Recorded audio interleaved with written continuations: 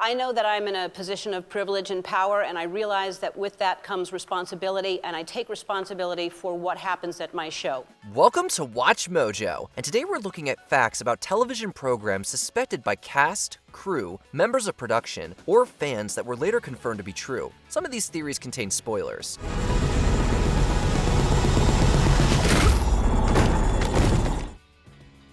(2000) The contestants get teaching. Survivor. You'll climb over, crawl under, maneuver around those obstacles as you make your way to the finish. For the most part, Survivor is the real deal. But like all reality shows, there is a little bit of editing trickery. Before challenges, Jeff quickly goes through the course and explains to the contestants what they need to do. He then tells them to get into position, and the challenge begins. However, it always goes so smoothly that some started thinking, hang on, there's no way the contestants remembered all of that. They don't. According to Today, both Jeff and the game's constructor walked through the challenge with the players, explaining each section in detail and even allowing the tribes to strategize. Of course, they just don't film that part. All right, we'll rock, paper, scissors to see who goes first. We'll get started. 2001, the Ingram incident. Who wants to be a millionaire? I mean, I'm 80% of the time I'm wrong when I guess, so... No, I'll go Craig David. Yeah. British Army Major Charles Ingram was the third contestant to win the top prize on the British version of Who Wants to Be a Millionaire. During his appearance on the show, Ingram struggled with many of the questions, but then seemed to make a series of improbable correct guesses, leading the producers to suspect that something was amiss. They were so suspicious that they refused to hand over the money and launched an official investigation. While reviewing the footage, they found that someone would cough when the correct answer was said. Sometimes it came from a waiting contestant, Tequin Whittick, and other times from Ingram's wife, who was watching in the audience. All three were officially charged, receiving fines and suspended prison sentences. He then went for A1. Then, because I actually rather lost the plot of his thinking then. 2002, playing matchmaker, The Bachelor. Romance on The Bachelor tends to be polarizing. It's also meticulously manufactured. Producers plan dates, arrange interactions, and basically keep the cast trapped. Cynics have long suspected that even The Bachelor's decisions are predetermined. Taylor, will you accept this rose? I will. Thank you. In 2018, former executive producer Scott Jeffries confirmed that contestants really are advanced or eliminated partially based on audience response. Contestant-turned-bachelorette Ali Fedotowsky claimed that this practice extends to the spin-offs. Will you accept this rose? Absolutely. There are assurances that producers only completely control how rose ceremonies play out, and that their influence on stars declines as the competition progresses. Of course, the unfair pressure placed on these courtships is well documented. Directly or indirectly, Bachelor Nation's controversial love stories give too much agency to off-screen cupids. Will you accept this rose? I am thrilled to accept this rose. 2003, So Bad It's Good TV, American Idol.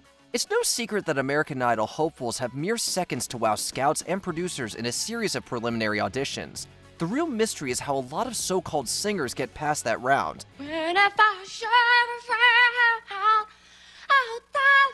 The popular theory was that the producers included some of the worst auditions for comic relief. Indeed, American Idol's strange or downright terrible singers are such a phenomenon that televised auditions were arranged around that trope. She bangs, oh baby, when she moves. However, out of concern that this tradition was exploitative, producer Trish Kinane ended it with the show's 2018 revival. American Idol is popular and entertaining enough without having to publicly humiliate people. Oh, I'll tell you goodnight, close the door.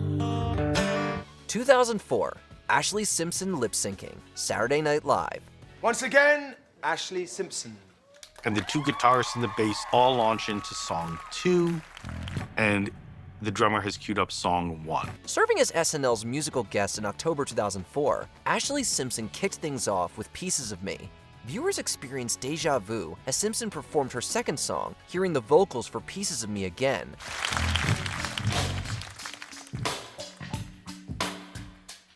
On a Monday, I am waiting. Simpson appeared equally confused, as the song was supposed to be autobiography. She attempted to hoe down her way out of this awkward incident before jigging off stage. Closing out the episode, Simpson claimed that her band started playing the wrong song, although viewers suspected lip-syncing was afoot. In the moment of it happening, like, you weren't really sure what was going on. She's walking off the stage. What am I doing? Am I going to bumper? While there were technical issues, Simpson soon confessed that she had lost her voice before going live. Supposedly, unbeknownst to Lorne Michaels, Simpson opted to use a pre-recorded track, which didn't go as planned. Simpson eventually returned to SNL, but the baggage followed. Would you do the show again if they asked? I did do it again, which nobody talks about. Isn't they're that like, wild? oh, that happened? Wild? Oh, you went back on? 2005, Good Guy Gordon, Hell's Kitchen. Hey, Red Team, this is painful. Who just gave me them?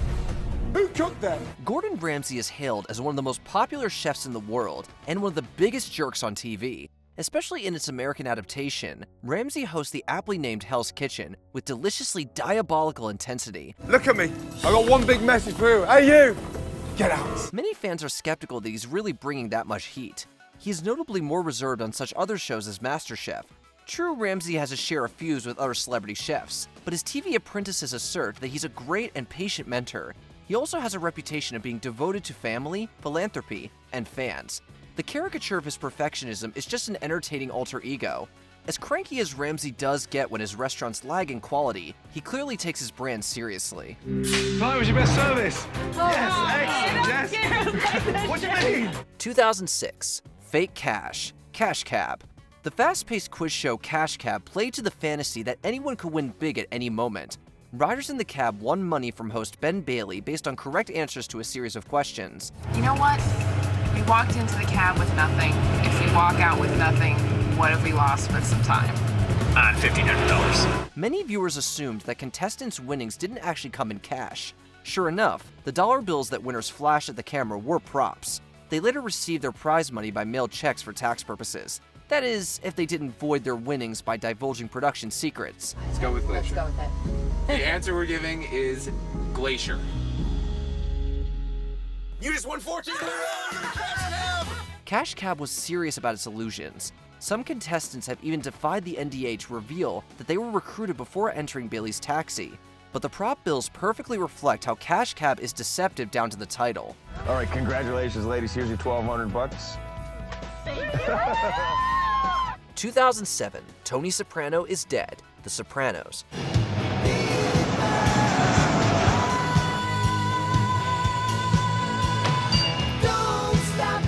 As The Sopranos finale abruptly cut to black, many questioned if their cable had gone out. Upon realizing this is how David Chase intended to conclude his revolutionary series, some described it as the ultimate anticlimax. Others argued that the ending contained a deeper meaning, pointing to past episodes from the season foreshadowing Tony Soprano's sudden end. The most telling clue is when Bobby wonders what death feels like, believing everything just goes black. You probably don't even hear it when it happens, right?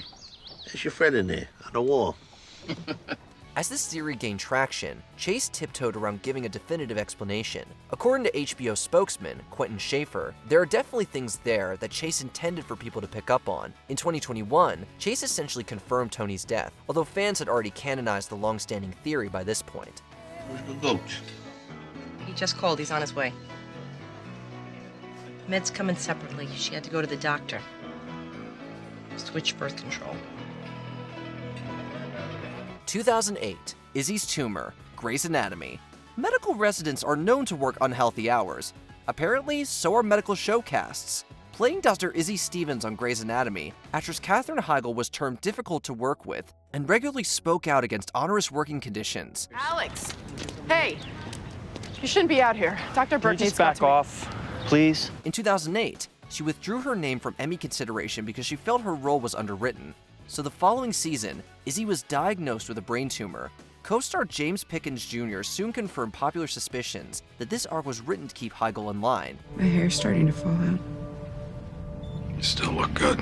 Izzy just happened to make a remarkable recovery after Heigl's contract negotiations. Her on-set antics still got her axed after season 6, but she's now more critical of her own behavior than the show. I'm so glad. I'm so glad. It's like it never happened. 2009, Leno is coming back. The Tonight Show with Jay Leno. Here are the things we will miss most about Jay Leno. That chin, That chin, that fabulous chin. It starts in Burbank and reaches Berlin. As the decade closed, it appeared we were entering a new era of late night helmed by Conan O'Brien. With the regime change imminent, suspicion started circulating that Jay Leno wasn't eager to hand over the keys. Reaching a compromise, NBC gave Leno a primetime series airing 5 days a week before O'Brien's Tonight Show. The Jay Leno Show suffered in the ratings, arguably factoring into O'Brien's shrinking viewership. When this came along, I said to myself, oh yes, this is the Jay I know. And I really, and I kind of, I refer to that period as the golden age of television, really. The period when I lost the Tonight Show. Yes. People foresaw two possible outcomes. A, Leno's show moves to 11:35 p.m., with Conan airing after midnight, which technically wouldn't be tonight. B, Leno returns to The Tonight Show. With O'Brien unwilling to hurt the show's legacy with a time slot change, he signed a $45 million settlement, while Leno resumed his old job. Everybody's like, oh, I'm Jay Leno. They do the voice and everything. Meanwhile, he's the shrewdest guy. He outfoxed, you're in good company. He outfoxed Johnny Carson. David Letterman. Every 10 years, some redheaded rube shows up. 2010, they're in purgatory, lost. What about you, Jack? I'll see you in another life, brother.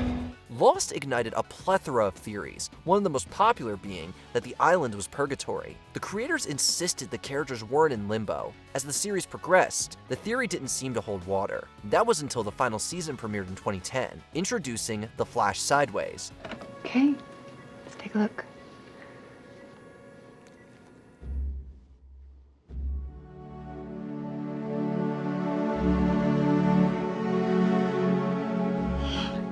This seemingly wasn't the past, present, or future. While some assumed it was an alternate timeline, others suspected this could be heaven, hell, or, you guessed it, purgatory. In the finale, the characters realized they're dead. The Flash Sideways was a middle ground between life and death, giving them a chance to move on. Although they don't call it purgatory, this is a rare case where a theory was wrong until it was right. Kate, she said we were leaving. Not leaving, no. Moving on. 2011, Geller is in Travis's head. Dexter. So it's begun? Yes. It's begun. Season 6 of the serial killer drama introduced two new villains, Professor James Geller and his protege, Travis Marshall. Or could it just be one new villain? It didn't take long for audiences to notice that Geller only interacts with Travis, who engages with several other characters. Your days are numbered. Geller's sending another message. What's the message? I don't know. Every time Dexter gets close to Geller, he mysteriously slips through his fingers. Even if you didn't immediately pick up on this, the theory quickly spread across most of the show's viewership. Meanwhile, the showrunners seemingly thought they had a bombshell on their hands, waiting until the end of episode 9 to reveal that Geller is dead and Travis was the doomsday killer all along. Rarely has an audience been so underwhelmed to see their theory proven correct. Geller.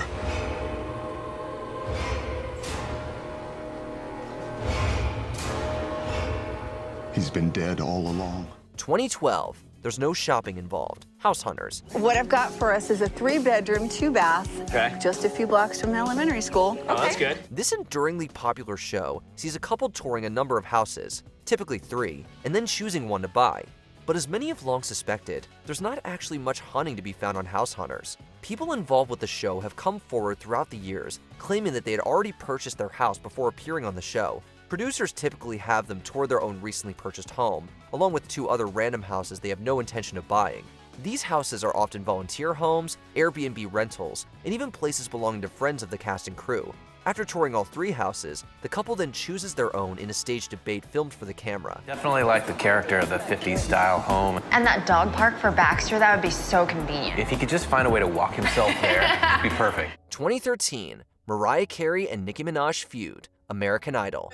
The music will cut me off if I can. May I express this to her as a singer? I just feel like what maybe trying to be expressed is just sing from your heart the entire time. Before premiering in January 2013, the new season of American Idol was already generating buzz due to a supposed feud between judges Mariah Carey and Nicki Minaj. The first sign of bad blood surfaced when TMZ shared a leaked video of Minaj seemingly threatening Carey at auditions. While Minaj downplayed the video, Carey said that she felt unsafe at work. The leaked altercation was omitted from Idol Season 12, although viewers still sensed a rivalry brewing between the two judges. When the season wrapped, Carey and Minaj announced within a few hours of each other that they wouldn't be returning. Despite previously claiming that she'd made amends with Minaj, Carey later called the show like going to work every day in hell with Satan. So their two favorite divas up on stage. Nikki, how would you and Mariah do a duet? Me and Mariah would be like this. What? 2014, The Bill Cosby Problem, The Cosby Show. This is what they created, so we wouldn't have to hear this in the house. This sitcom helped define the 1980s with its topical themes, cozy atmosphere, and lead performance of Bill Cosby, who grew to be known as America's dad. But there was an intense underlying darkness circulating the show, even if many people didn't want to believe it. Rumors swirled that Cosby had a history of sexual violence, a history that stretched back 20 years to the mid-60s. Women like Joan Tarshish and Wendy Williams made reference to Cosby's sketchy history while the show was still airing, and the tabloid National Enquirer ran stories about the allegations. However, these claims were largely ignored. It wasn't until 2014 that Cosby's downfall truly began, and we can never return to The Cosby Show in the same way. 2015, Patrick Dempsey's departure, Grey's Anatomy. Patrick Dempsey, and more on his shocking departure from Grey's Anatomy. It stunned fans. It was this medical drama that made Patrick Dempsey a star, so it was kind of odd when he suddenly up and left in April 2015. He claimed that he wanted to spend more time with his family, but some fans thought there were ulterior motives. They were somewhat vindicated in 2021 when the book How to Save a Life was published. While it's true that Dempsey left over scheduling issues, that wasn't the whole story. The book's authors reveal that Dempsey turned into a nightmare, often terrorizing the set and bringing up HR issues. They also claim that some cast members had all sorts of PTSD with him. The details are murky, but his behavior led to his swift exit from the series. So we're kissing, but we're not dating? I knew that was going to come up. 2016, much of the show is planned in advance. Pawn Stars. So this is it. The OJ Bronco. As viewers have long suspected, Pawn Stars engages in a lot of behind-the-scenes trickery. People don't just waltz into the uber-busy store, sell that King Arthur sword they had laying around, and walk out rich. Pawn Stars isn't exactly scripted, and many of the items and sellers are indeed authentic, but they don't just walk in. They are vetted by the producers beforehand, and guests are kicked out of the store to film the pre-planned segments using background extras.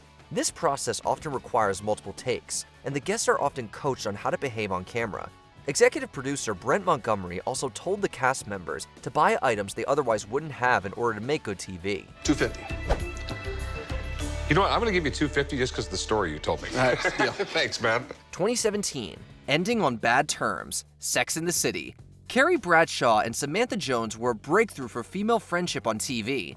No, I'm fine. Oh, come on.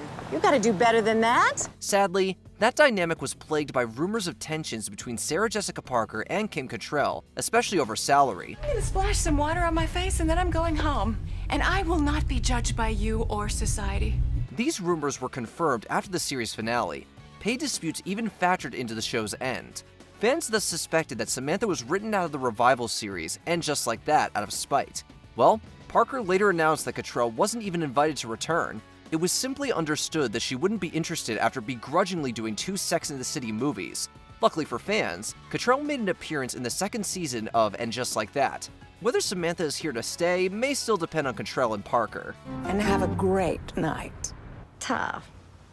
Bye. 2018, Jeffrey DeMunn was loyal to Frank Darabont, The Walking Dead. Dale? You seen Carl? Shane took him down to the quarry. There was some mighty bold talk about catching frogs. It's not rare for shows to diverge from their source material, but this one had many curious aspects that had fans raising their eyebrows. Jeffrey DeMunn's Dale Horvath was killed off in a rather abrupt manner, and long before his print counterpart died in the comics, This was a rather curious decision, but it also coincided with the controversial departure of showrunner Frank Darabont, who was fired over budgetary disagreements. As DeMunn is a regular in Darabont's films, viewers knew the timing wasn't just a crazy coincidence. Back in 2018, DeMunn confirmed the theory to Cleveland.com, stating that he quit the show after Darabont was fired. Sorry, brother.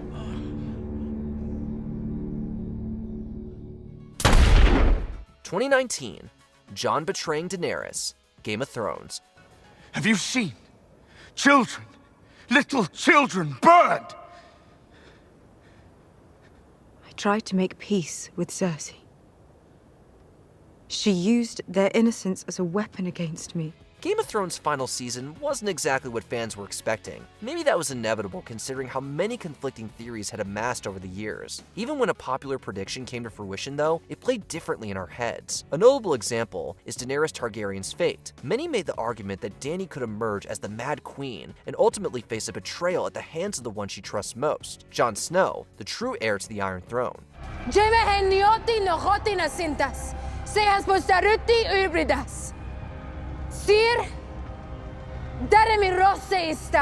That's essentially how things played out with Dany torching King's Landing and Jon stabbing the woman he loves. This theory might have been accurate, but the execution made everyone feel as if the rug had been pulled out from under them. You are my queen. Now and always.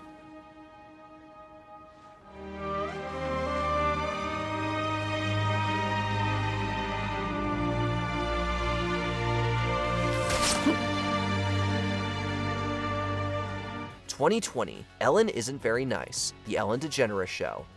We have had a lot of conversations over the last few weeks about the show, our workplace, and what we want for the future.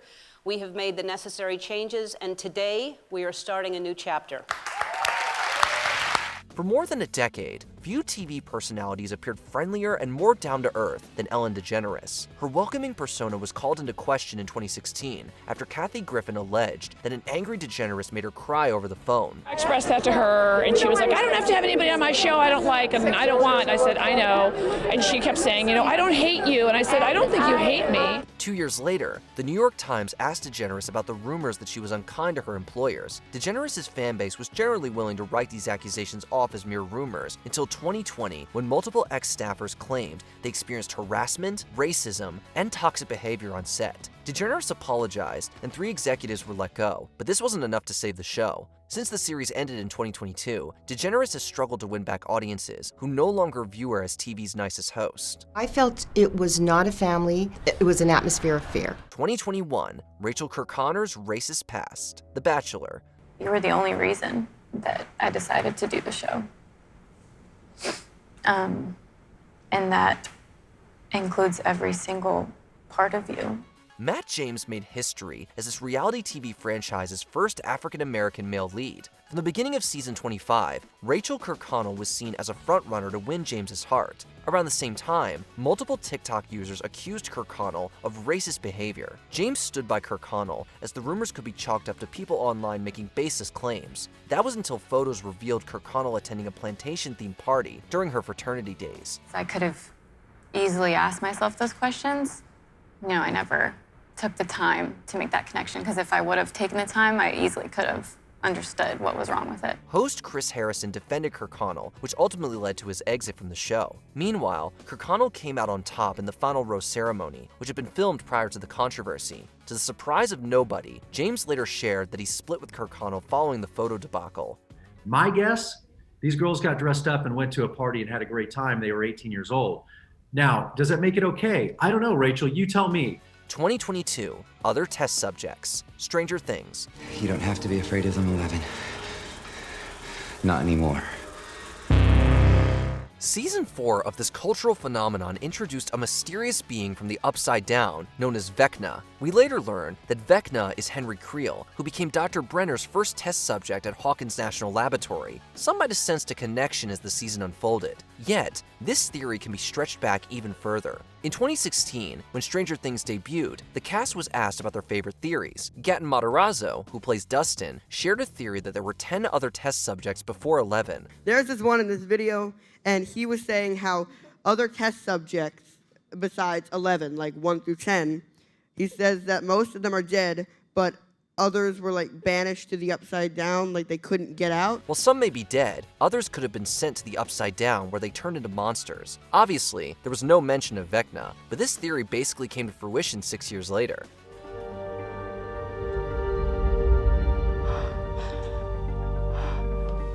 #2023, #Scandival, Vanderpump Rules. If we were to do it over again. I mean, obviously, I would do a lot of things over again. Yeah. As season 10 of this reality series was airing in March 2023, TMZ broke the news that Ariana Madix and Tom Sandoval had broken up after the latter supposedly cheated on her with Raquel Leviss. Months before #Scandival started making the rounds, there were already whispers of an ongoing affair on Reddit. These rumors were further fueled in August 2022 when a source claimed that Sandoval and Leviss made out at Sheena Shea's wedding. I just want to thank everybody for being... Pull yourself together, man. This isn't a You're not Oscar. a victim. You're not at the Oscar. I'm not a You're victim. Not at the... Madix seemingly addressed the rumors in January 2023, saying that she didn't have an open relationship with Sandoval. When the affair made headlines 2 months later, Sandoval and Leviss issued apologies to Madix. Although Sandoval and Madix would both return for season 11, Leviss exited amid the controversy. I regret every moment that I stood up for you, defended you, supported you. You're worth nothing. Before we continue, be sure to subscribe to our channel and ring the bell to get notified about our latest videos. You have the option to be notified for occasional videos or all of them. If you're on your phone, make sure you go into your settings and switch on notifications. 2024, Nickelodeon's Dark History. Quiet on Set, The Dark Side of Kids TV. To hear that Brian Peck was a sexual predator, it made me wonder immediately about who was being hurt. By 2024, people were well aware of Dan Schneider's alleged history of toxic behavior during his time at Nickelodeon. Yet, numerous former Nick employees still claimed that Schneider was only the tip of the iceberg. The speculation surrounding the first kids network culminated with the docuseries Quiet on Set. Several individuals came forward with troubling stories about Schneider, corroborating past allegations about the fallen TV icon. Dan is someone who holds economic power and emotional power over these kids. He had so much power, and he threw it around. What's more, the stories painted a pattern of irresponsibility at Nickelodeon, which failed to protect some of its young stars. Among the most tragic cases was Drake Bell, who revealed that Brian Peck abused him. Peck's arrest, trial, and brief sentence made few headlines years earlier, intensing arguments that the media had wiped the story under the rug.